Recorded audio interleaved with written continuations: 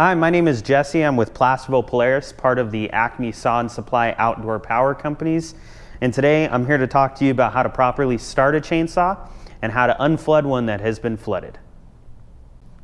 So starting a chainsaw, all of these chainsaws, whether they're Husqvarna, Stihl, Echo, are all basically the same. You have three components you need to play with. So first is the on switch. Some saws only have an off switch, in which case it's always set to on until you want to shut it off. You'll hold a button, let go, and the saw will shut off. So for an Echo, we're going to turn the on switch on.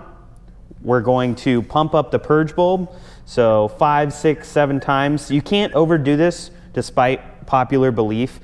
It does just flow back into the fuel tank.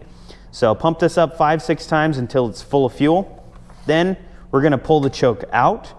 At this point you can start pulling. So usually if it's a good saw and the carburetor's nice and clean, you pull only 2 or 3 pulls and you'll hear it try to start. It'll pop, sometimes even it'll start up for just a quick second. When it does that, it's indicating that you need to turn the choke off. So press the choke off. Usually the next 1 or 2 pulls the saw will start up. On most saws you do want to let them run for about 90 seconds to warm up. So that's the situation, and that's how to start one of these guys. Now, what tends to happen with a lot of customers, they take a brand new saw home. They don't necessarily know how to start it, even though we give them instructions here. It's hard to remember this sequence. So they take it home, they leave the choke on for 5, 6, 7 pulls because they think that it's just gonna start and then they'll turn the choke off. So they do it too many times and the saw ends up being flooded and it will not start. There's 2 things you can do.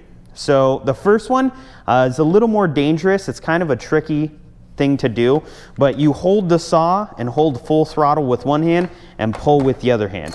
You can, with choke off. You can do that a couple times and sometimes it'll unflood it. The problem is that it gets a little wild when you're trying to hold with this hand and pull with your right hand. The easier method, what we're gonna do is most saws come with a tool. What I'm going to do is pop both of these sides open to access the spark plug.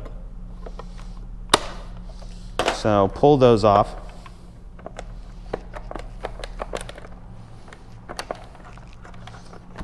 So once this is off, we have access to the spark plug. So the idea behind this is that the cylinder's full of fuel or has too much in there that it's causing the spark plug to be wet and not be able to fire. So what I'm going to do, put my wrench on there. This one's pretty tight, but pop this loose. So now once I have the spark plug out, I'm gonna just pull the pull rope. You'll notice it's way easier to pull this way. And if you're really flooded, you'll notice fuel spurting out of here and a mist. So you wanna pull it 10 to 15 times. Get it out of there. Once all the fuel is out of there, you can go ahead and put the spark plug back in. We'll put the spark plug back in. We will tighten her down. Spark plug wire back on. Put this back together and go ahead and start her up then. Usually that's all you need to do to unflood a saw. Thank you guys for watching. Please like, comment, and subscribe. And please call us if you have any questions. Phone number is 530-622-9079. Thank you.